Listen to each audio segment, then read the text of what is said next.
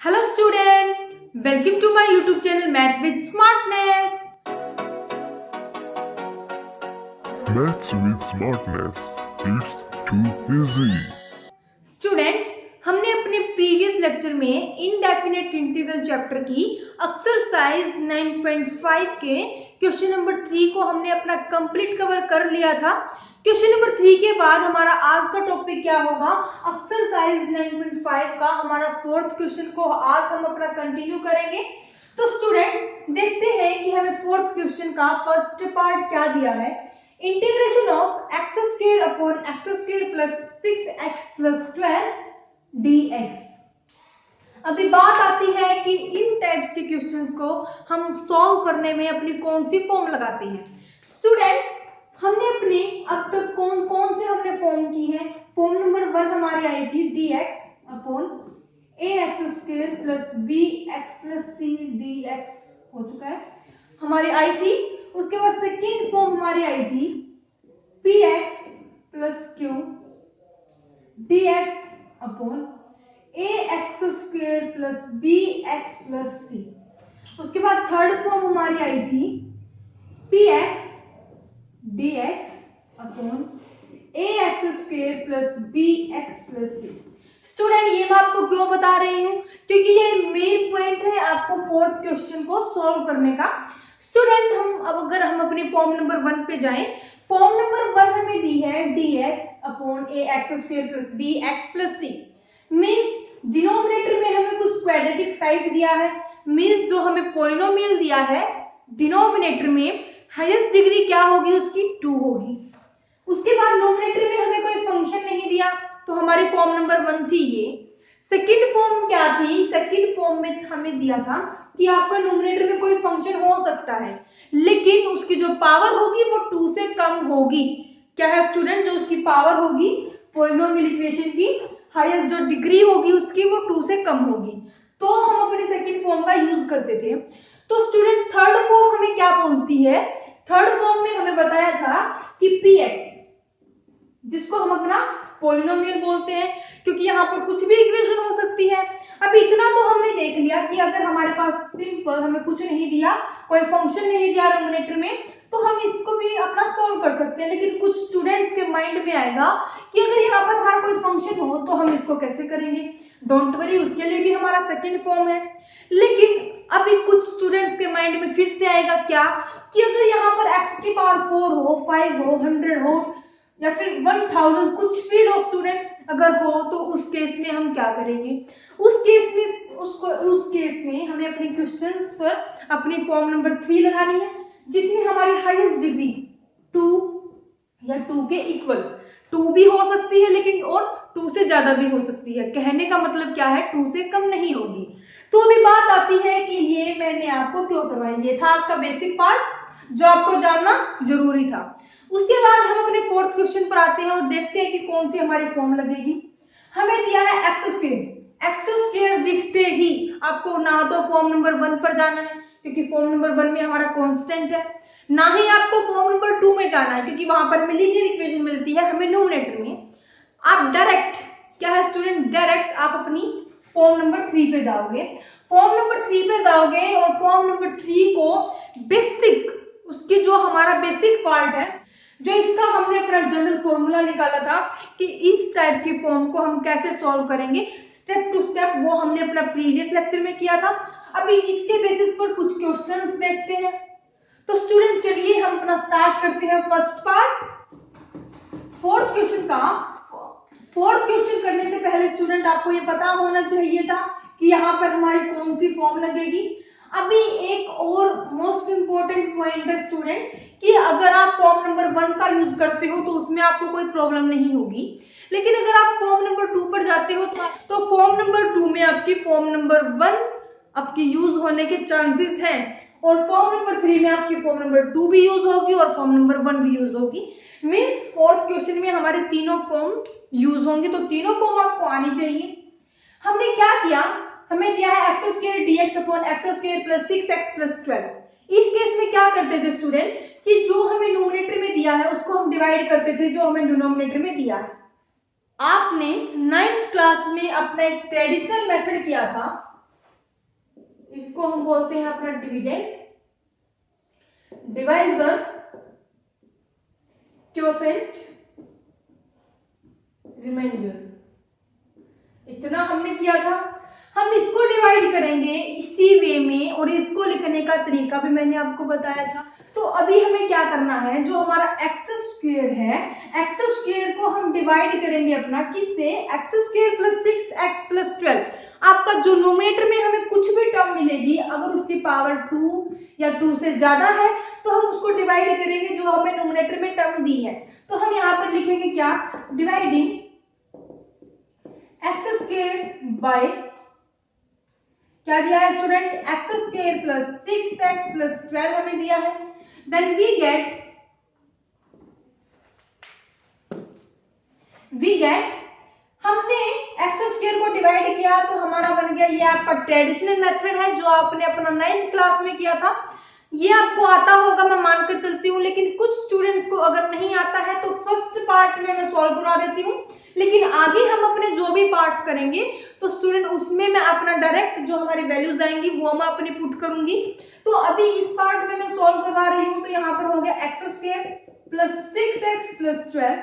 हमने किया x square को डिवाइड, नोमिनेटर में हमें एक्स स्क्वायर दिया था, डिनोमिनेटर में हमें टर्म दी थी ये। तो अभी डिवाइड किया तो हमारा आ गया 1, एक्स स्क्वायर कैंसिल, हमारा बन गया क्या, 6x प्लस 12 बन गया स्टूडेंट। उसके बाद अभी आपको इस पार्ट को क्या स्टैंडर्ड फॉर्म में लिखने का तरीका आता है। आपने 9th क्लास में किया था क्या, कि ये हमारा होता है डिविडेंड, ये हमारा होता है डिवाइजर, और यहाँ पर जो आता है वो होता है हमारा क्वोशेंट, और यहाँ पर होता है हमारा रिमाइंडर। इतना आपको पता है। अभी हम इसको कैसे लिखते थे, इसको लिखने का तरीका क्या था स्टूडेंट, कैसे लिखते थे स्टूडेंट, कि हम इस पार्ट को इससे मल्टीप्लाई करते थे और इसमें हम अपना ये वाला पार्ट ऐड करते थे। तो इस फॉर्म को लिखने का तरीका क्या होगा, हम इसको कैसे लिखेंगे, integration of 1dx plus 6x plus 12 upon x square plus 6x plus 12 dx। Student अगर आप अपने इस पार्ट को सॉल्व करोगे तो आपका क्या आएगा, एक्स स्क्वायर आएगा, एक्स स्क्वायर आएगा। तो अभी हमारा नेक्स्ट स्टेप क्या होगा, हमने यहाँ पर लगा दिया अपने separate property, by separate property, then we get, यहां से हमने 1 को अलग कर दिया, यहां से हमने इसको भी अलग कर दिया, 6x plus 12 upon x square plus 6x plus 12 dx। कोई प्रॉब्लम की बात नहीं है। हम इसका अपना डायरेक्ट लिख सकते हैं, x हो जाएगा प्लस c1 ले लेते हैं। हमारे पास 2 टर्म दी है तो मैंने c1 ले लिया, d1 आप ले सकते हो, w1 x1 y1 जो भी आपका मन करे आप वहां पर बोले ना, लेकिन आपको नोटेशन देनी होगी कि यहाँ पर हमारा d1 c1 w1 क्या है, कांस्टेंट है, तो आप लिखना यहाँ पर। उसके बाद हमें यहाँ पर दिया है 6x plus 12 upon x square plus 6x plus 12 dx हो गया यहाँ पर।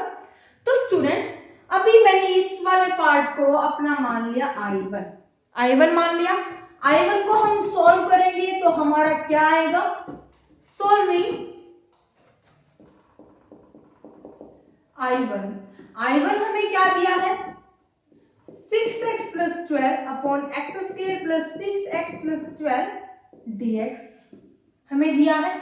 क्या अभी आपको ये I1 अपनी फॉर्म नंबर 2 दिखाई दे रही है, क्योंकि मैंने पहले ही बताया था फॉर्म नंबर 3 में आपका फॉर्म नंबर 2 यूज होगी, उसके बाद फॉर्म नंबर 2 में आने के बाद आपकी फॉर्म नंबर 1 भी यूज होगी। तो अभी फॉर्म नंबर 2 हमारी क्या होती थी कि जो न्यूमरेटर में हमारे पास जो भी टर्म होती थी उसको हम इस तरह तोड़ते थे कि वो आगे जाके हमारा इंटीग्रल फॉर्मूला बन जाता था। तो इसको कैसे किया, लेट न्यूमरेटर में दिया है 6x plus 12 is equal to, कैसे तोड़ते थे student, a d by dx, denominator में हमें दिया है x square plus 6x plus 12 plus b। इसको बताने की जरूरत नहीं है क्योंकि इस टाइप के क्वेश्चंस भी मैंने आपको अपने प्रीवियस लेक्चर में बताए थे, तो वो आपको मेरी प्लेलिस्ट में मिल जाएंगे। और इसका जो बेसिक है, इसकी जो बेसिक फॉर्म हमारी है px प्लस q, उसको भी मैंने आपको सोल्व करवाया था। तो अभी इसको यहां से सॉल्व करेंगे तो क्या आएगा, 6x plus 12 is equal to a integration किया तो हो गया 2x प्लस 6 प्लस b। उसके बाद नेक्स्ट स्टेप क्या होगा, हम कंपैरिजन करते थे अपने कोफिशिएंट्स की, वेरिएबल्स की, जहां पर हमारा बनता था। तो यहाँ पर हमने 6x इज इक्वल टू हमारा हो गया 2ax हो गया, x से x कैंसिल हो गया। फिर से बता रही हूँ, क्या मैंने प्रीवियस लेक्चर में भी बताया था कि ऐसे x से x कैंसिल नहीं होता। अगर हमें प्लस x दिया हो is equal two plus x दिया हो तो हम इसको कैंसिल कर देते हैं, लेकिन ऐसे कैंसिल नहीं होता। हम इसको अपना लेफ्ट में ले आते हैं या फिर इसको राइट में ले आते हैं, तो वो ऐसे भी नहीं होता स्टूडेंट। हम क्या करते हैं, दोनों तरफ अगर पॉजिटिव है तो हम सब्ट्रैक्शन नेगेटिव x को हम क्या करते हैं, ऐड करते हैं, तो हमारा यहाँ पर कैंसिल होता है। तो हमने यहाँ पर क्या डिवाइडिंग, दोनों तरफ दोनों साइड हमने डिवाइडिंग की, तो हमारा हो गया x से x कैंसिल, और यहाँ से a की वैल्यू आ गई हमारे 6/2 इज इक्वल टू 3। मैं लाइन लगाकर लिख रही हूँ, आपको अपना स्टेप टू स्टेप चलना है। यहाँ पर हमारे b की वैल्यू क्या हो गई student, 12 is equal to 6a plus b हो गई, 12 इज इक्वल टू 6। a की वैल्यू हमारे पास 3 है, पुट कर देते हैं, 12 minus 18 is equal to b। क्या हो जाएगी 12 minus 18, b is equal to minus 6 हमारी हो जाएगी। यहां पर हमारी a की वैल्यू 3 आ चुकी है, b की वैल्यू माइनस 6 आ चुकी है। हमने लेट क्या किया था, हमने लेट किया था ये, यहाँ पर a की वैल्यू b की वैल्यू। अभी a और b हमें क्या दिया है, a और b की वैल्यू हमारी निकल चुकी है, तो अब वैल्यूज पुट कर दो, तो यहाँ पर हमारा क्या बन जाएगा, यहाँ पर आप इस पार्ट को याद रखना, x प्लस c हमारा आ चुका है। तो हमने वैल्यू पुट की और हमने इस पार्ट को अपना ये माना था, इसमें वैल्यू पुट करो, और हमने इसको माना था, तो इसकी जगह हम यही वाला पार्ट अपना यूज कर लेते, क्योंकि इसको ही हमने लेट किया था। तो इंटीग्रेशन 6x प्लस 12, a की वैल्यू क्या है, 3 है, हमें दिया है। उसके बाद 2x plus 6 plus b minus 6 upon x square plus 6x plus 12 dx। आया स्टूडेंट समझ में? उसके बाद क्या हुआ यहाँ पर, उसके बाद हमने यहाँ पर इसको फिर से सेपरेट प्रॉपर्टी लगा दी। सेपरेट प्रॉपर्टी अगर हमने यहाँ पर लगा दी तो हमारा यहाँ पर क्या बन गया स्टूडेंट, सेपरेट प्रॉपर्टी लगा दो, 3 हमारा कांस्टेंट है, 2x plus 6 upon x square plus 6x plus 12 dx minus 6 dx upon x square plus 6x plus 12। मैंने a वाले पार्ट को अलग लिख लिया, b वाले पार्ट को अलग लिख लिया, कंफ्यूज होने की जरूरत नहीं है। तो अभी यहाँ पर क्या है स्टूडेंट, अभी यहाँ पर क्या हमारा फॉर्मूला बन रहा है, इंटीग्रल फॉर्मूला। क्या है, हमने एक फॉर्मूला किया था 1/x dx is equal to log x plus c, हमने किया था। हम इस पार्ट को, हम इस फॉर्म को अपने log की फॉर्म में कैसे लिखते थे स्टूडेंट, कि जो हमें न्यूमरेटर में टर्म दी है हम उसका क्या करते हैं, डिफरेंशिएशन करने के बाद जो भी हमारा आया, हमारा आया 1, तो मैंने 1 लिख लिया है। आपके पास जो भी टर्म हो आप उसका डिफरेंशिएशन करो, और जो भी आपका आए वो आप मैच करके देखो जो न्यूमरेटर में हमें दिया है। अगर सेम आता है तो log की फॉर्म में लिखो, अदरवाइज नहीं लिखा जाएगा। तो यहाँ पर देखना, हमने डिफरेंशिएशन किया तो हो गया हमारा 2x प्लस 6, और न्यूमरेटर में भी हमें 2x प्लस 6 दिया है, तो क्या हम अपना फॉर्मूला लगा सकते हैं, बिल्कुल लगा सकते हैं। तो क्या हो गया यहाँ से 3 log x square plus 6x plus 12 plus c2 हो गया। और हमारा अभी तक ये भी आ चुका है। अभी वैल्यू, ये वाली वैल्यू हमारी i1 की निकली है, इज इक्वल टू i1, जो हमने i1 माना था। लेकिन अभी हमें ये पार्ट्स भी दिया है, तो मैंने इसको मान लिया 6i3, इसको मान लिया मैंने i3, ताकि आप कंफ्यूज ना हो। अभी हम क्या करेंगे, i3 को सोल्व करेंगे, डरने की बिल्कुल भी जरूरत नहीं है। और आपको पता है कि i3 में आपकी फॉर्म नंबर 1 यूज होगी। तो क्या है स्टूडेंट, 6 को मैं नहीं ले रही हूं, अपना i3 को अपना सॉल्व कर रही हूँ। सॉल्विंग i3 क्या दिया है, dx upon x square plus 6x plus 12 दिया है। इसको कैसे सॉल्व करते थे कि जो हमारी हाईएस्ट डिग्री है, हाईएस्ट डिग्री का जो कोफिशिएंट है, कोफिशिएंट का क्या करते हैं, कॉमन लेते हैं, उसके बाद जो भी आता है उसको लिखते हैं, लेकिन यहाँ पर कोफिशिएंट क्या है, 1 है। जो डिनोमिनेटर में टर्म दी है उसकी हाईएस्ट डिग्री 2, वेरिएबल है मेरा एक्स स्क्वायर, कोफिशिएंट है मेरा 1, तो 1 को कॉमन लोगे तो आपका सेम रह जाएगा। स्टेप नंबर सेकंड क्या होगा कि जो हमारी हाईएस्ट डिग्री से एक पावर कम वाला जो वेरिएबल है उसका कोफिशिएंट है मेरा 6। क्या है स्टूडेंट, उसका कोफिशिएंट क्या है, 6। हम क्या करते हैं, हाफ करते हैं, हाफ करने के बाद स्क्वायर करते हैं और जो भी आता है उसको ऐड भी कर देते हैं और उसको सब्ट्रैक्ट भी कर देते हैं। तो यहाँ पर हो गया हमारा 3 का स्क्वायर ऐड करेंगे, 3 का स्क्वायर सब्ट्रैक्ट करेंगे, तो मैंने यहाँ पर लिख दिया adding and subtraction 3 square, then we get, क्या हुआ स्टूडेंट यहाँ पर, dx upon x square plus 6x plus 12 plus 3 whole square minus 3 whole square. आपका यहाँ पर फायदा है स्टूडेंट, जिसने फॉर्म नंबर 1 नहीं की, जिसने फॉर्म नंबर 2 नहीं की, अगर माइंड से स्लिप भी हो चुकी है तो दोनों यहाँ पर आपकी रिवाइज हो चुकी है, तो अब आपका यहाँ पर फायदा है। तो अभी यहाँ पर हमारा क्या हो गया, यहाँ पर dx upon x square, x square को लिखने से पहले अभी इतना आपको पता है कि यहाँ पर फॉर्मूला बनेगा, जिसको फॉर्म नंबर 1 आती है तो वो तो डायरेक्ट फॉर्मूला बना देगा। क्या बनेगा, x square plus b square plus 2ab, होता है या नहीं होता है, डिपेंड किस पे करता है। अभी कुछ स्टूडेंट बोलते हैं क्या कि यहाँ पर a plus b whole square बनेगा या फिर a minus b whole square बनेगा, वो डिपेंड करेगा हमारी जो एक पावर कम वाला जो वेरिएबल है, उसका जो वेरिएबल है स्टूडेंट वो पॉजिटिव है या नेगेटिव है। जो कोफिशिएंट हमें दिया है, वेरिएबल का जो कोफिशिएंट दिया है वो पॉजिटिव है या नेगेटिव है, हमें पॉजिटिव दिया है तो पॉजिटिव आएगा, क्योंकि a square plus b square plus 2ab ये हमारा इस पे तो डिपेंड करता है।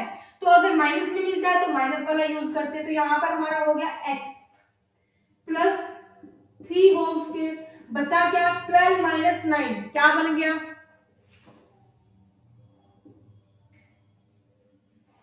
क्या बन गया स्टूडेंट 12 माइनस 9, यहाँ पर आप 9 भी लिख सकते हो, अदरवाइज इसको ऐसे भी छोड़ सकते हो।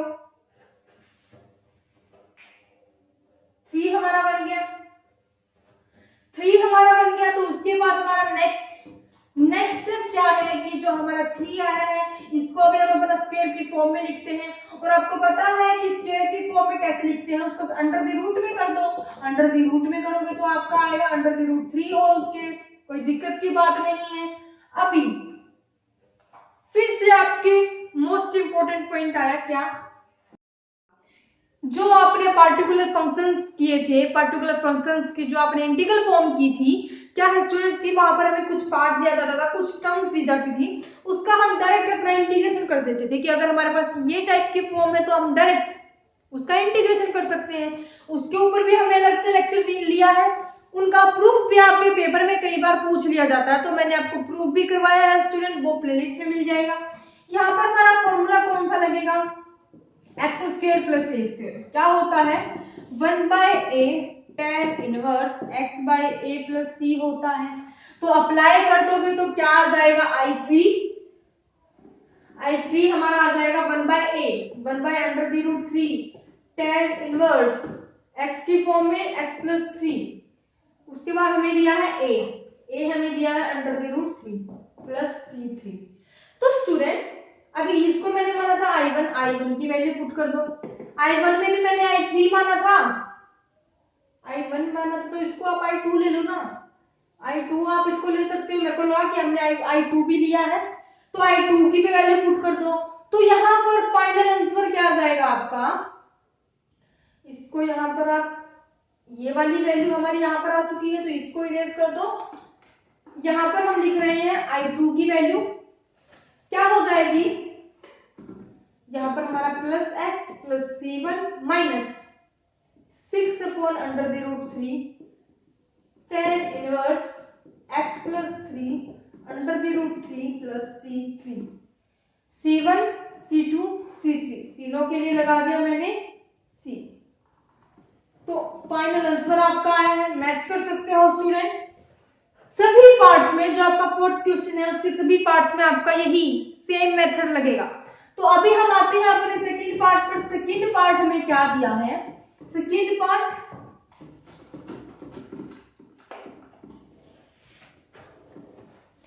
सेकंड पार्ट में दिया है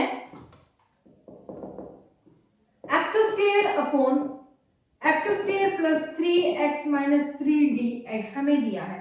ये भी हमारा बिल्कुल सेम। इस टाइप के क्वेश्चन को हम कैसे सॉल्व करेंगे? इसको अभी हमें अपना सेम अपना वही मेथड लगाना है। क्या कि हम डिवाइडिंग करेंगे, डिवाइडिंग एक्स स्क्वायर, डिनोमिनेटर में हमें कुछ भी दिया हो, x की पावर 6 दी हो, x की पावर 7 दी हो, जो भी आपको दिया हो वही आपको क्या करना है? डिवाइड करना है। किससे? जो हमें डिनोमिनेटर में टर्म दी है।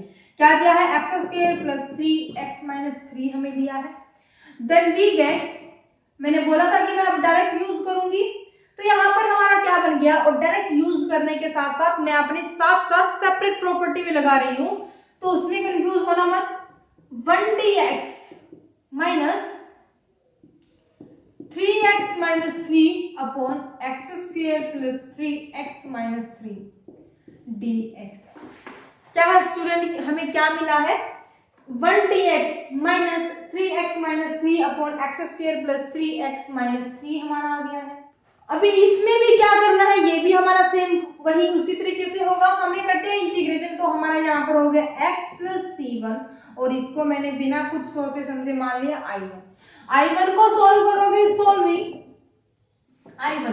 i1 को सॉल्व करोगे वही आपका सेम मेथड जो 3x minus 3 upon x square plus 3x minus 3, जो आपने अपना px प्लस q वाली फॉर्म नंबर सेकंड किया था वही सेम लगेगा। यहाँ पर हम क्या करते थे? लेफ्ट करते थे, तो यहाँ पर हमारा हो गया 3x minus 3 is equal to a d by dx। Derivative किया तो हो गया हमारा, अभी डेरिवेटिव नहीं करेंगे, नेक्स्ट स्टेप में हम डेरिवेटिव करेंगे, प्लस b हो गया स्टूडेंट। उसके बाद अगर आप चाहो तो यहाँ से 3 कॉमन ले सकते हो।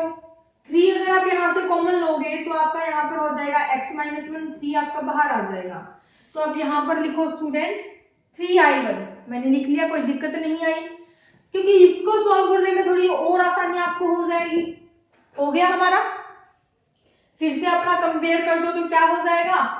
x is equal to a, integration sorry derivative किया तो क्या हो गया?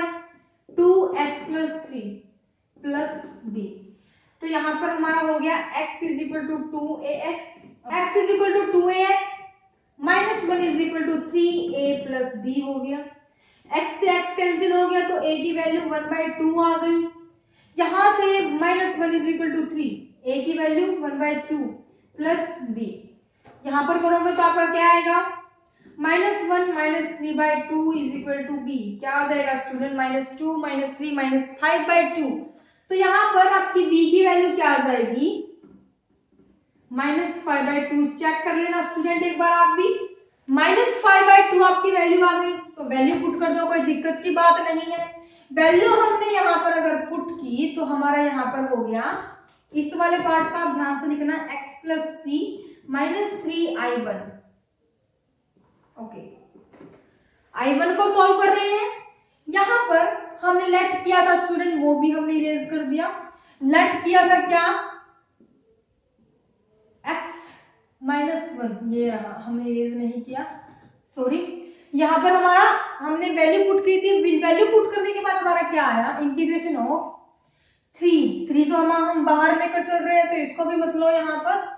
तो यहाँ पर हमारी a की वैल्यू 1/2, a की वैल्यू 1/2, डेरिवेटिव किया तो हो गया 2x प्लस 3, b की वैल्यू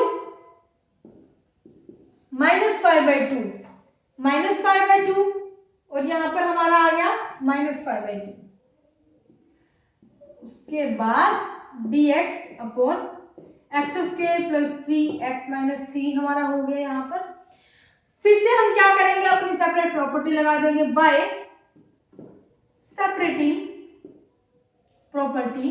सेपरेट प्रॉपर्टी लगाई तो हमारा यहाँ पर क्या बन गया स्टूडेंट? हमारा यहाँ पर बन गया 1/2, हमने बाहर ले लिया, हमारा यहाँ पर हो गया 2x plus 3 upon x square plus 3x minus 3 dx minus 5/2 dx upon x square plus 3x minus 3। Formula बन रहा है, डायरेक्ट सीधी सी बात है हमारी, 1/x dx is equal to log x plus c। तो फॉर्मूला लगाओगे तो क्या हो जाएगा, 1/2 log x square plus 3x minus 3 plus c। c1 हमारा आ चुका है, इसको हमें मान लिया c2, उसके बाद 5i2 हमारा हो गया, कोई दिक्कत नहीं आई यहाँ पर हमें।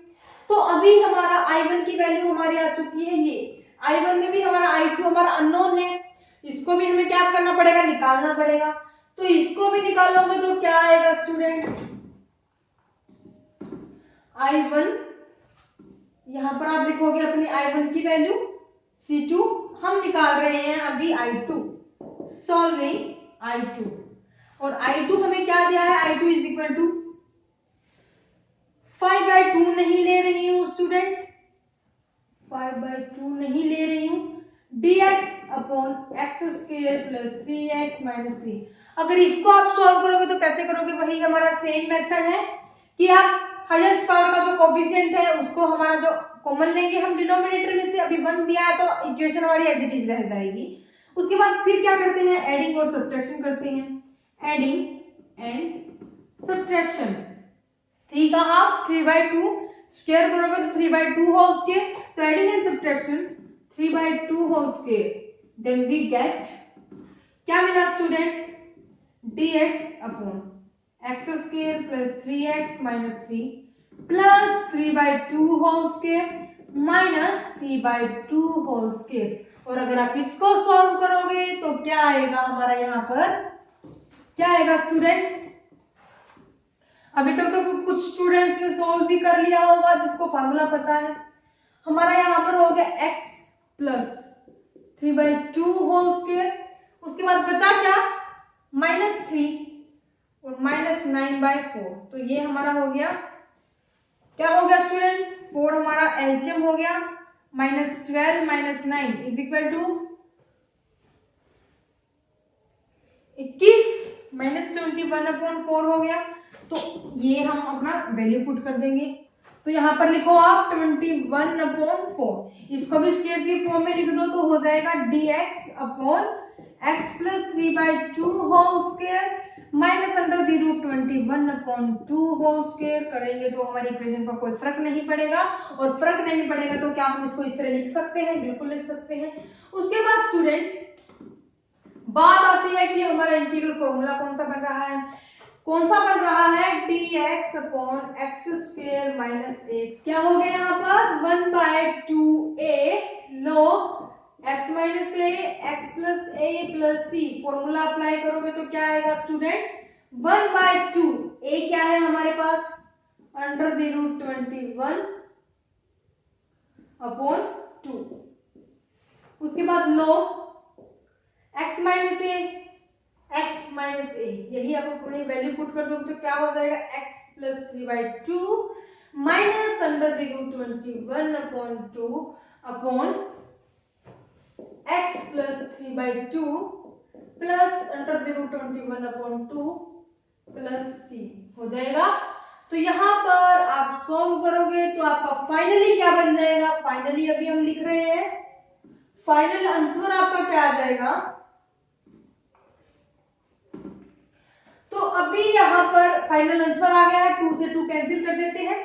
i1 की वैल्यू थी हमारे पास ये, यहाँ पर i2 की वैल्यू है हमारे पास ये, तो फाइनल आंसर क्या आ जाएगा स्टूडेंट, फाइनल आंसर अभी हम लिख रहे हैं यहाँ पर हमारा आ जाएगा x प्लस c1 माइनस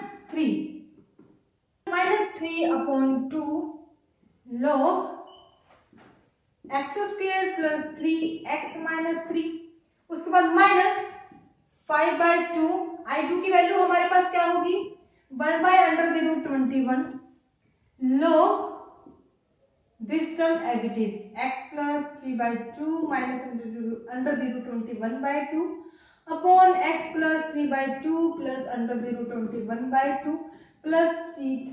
हमने इसको माना था c3, आप लेना वहां पर। तो स्टूडेंट अभी हमारा आ गया 5/221 प्लस हमारे पास फर्स्ट टर्म, सेकंड टर्म और थर्ड टर्म हमारी आ चुकी है। तीनों के लिए हमने लगा दिया है सी, तो ये आपको लिखने की जरूरत नहीं है। तो आप आंसर मैच कर सकते हो स्टूडेंट। कैलकुलेशन में मिस्टेक हो सकती है लेकिन फॉर्मूले हमारे सेम मिलेंगे। हम भी चेक कर लेते हैं एक बार। हमें दिया है आंसर फोर्थ क्वेश्चन का second part, x - 3/2 log x square plus 3x - 3 okay plus 15/2 under the root 21 log हमें दिया है ये सेम। तो मिस्टेक हमें दी है यहाँ पर 15 आएगा। 15 कैसे आएगा स्टूडेंट? मिस्टेक आप ढूंढ सकते हो क्या? क्या है स्टूडेंट हमारी मिस्टेक? मेरे को जहां तक लग रही है कि हमारा यहाँ पर आया था 3 आया था, क्योंकि मैंने क्या बोला था कि जो हमारा सेकंड फॉर्म बनी थी क्या 3x - 3 upon this term dx। मैंने बोला था 3 को कॉमन निकाल लो, तो 3 को तो कॉमन निकाल लिया था लेकिन यहाँ पर मल्टीप्लाई तो नहीं किया, तो यहाँ पर हो गया 3, तो यहाँ पर आपका हो गया 15। तो फाइनल आंसर आपका आ चुका है स्टूडेंट, डरने की बिल्कुल भी जरूरत नहीं है। उसके बाद थर्ड पार्ट आपको क्या दिया है? थर्ड पार्ट में बिल्कुल हमारा सेम इसी तरह होगा। फिर भी देख लेते हैं थर्ड पार्ट में क्या है। अगर लगता है आप कर सकते हो तो हम हिंट दे देंगे, अदरवाइज हम सॉल्व करवाएंगे। थर्ड पार्ट हमें दिया है x² + x + 1 upon x² - x + 1, ये आप कर सकते हो। उसके बाद x² हमें दिया है क्या? फोर्थ पार्ट पर हम चलते हैं अपना डायरेक्ट। फोर्थ पार्ट हमें दिया है x² x⁴ upon 4 upon x² upon 4 sorry plus 4 dx। मैंने आपको बोला था कि न्यूमरेटर में हमें हाईएस्ट डिग्री 2 या 2 से ज्यादा होनी चाहिए, और आप यहाँ पर चेक करना क्या दी है, x की पावर क्या हो जाएगा 6। 8 मत लिखना स्टूडेंट, क्योंकि मैंने बताया था कि अगर बेस सेम है तो पावर हमारी ऐड होती है ना कि मल्टीप्लाई। तो यहाँ पर हो गया हमारा 6 + 4x², ये हो गया, कोई दिक्कत की बात नहीं है। कहने का मतलब क्या है कि न्यूमरेटर में हाईएस्ट पावर 2 या 2 से ज्यादा है, यहाँ पर दिया है 6, तो आप क्या करोगे, इसको डिवाइड कर दोगे किससे? x² + 4 से। जो भी आपका है वही आपको सेम क्या करना है, सेपरेट प्रॉपर्टी लगानी है। अपना क्या करना है, डिविडेंड डिवाइजर क्वोशिएंट और रिमाइंडर वाला अपना फॉर्मूला लगाना है, फिर सेपरेट प्रॉपर्टी लगानी है, और फिर आपकी फॉर्म नंबर सेकंड बन जाएगी। फॉर्म नंबर सेकंड बनने के बाद फॉर्म नंबर 1 बन जाएगी। तो अगर नहीं होता है तो कमेंट सेक्शन में मैसेज छोड़ देना स्टूडेंट। टेलीग्राम ग्रुप मैंने आपके लिए बनाया है। तो फिफ्थ क्वेश्चन को मैं करवा देती हूँ। फिफ्थ क्वेश्चन क्या है, 3 sin x - 2 cos x upon 5 - cos² x - 4 sin x dx हमें दिया है।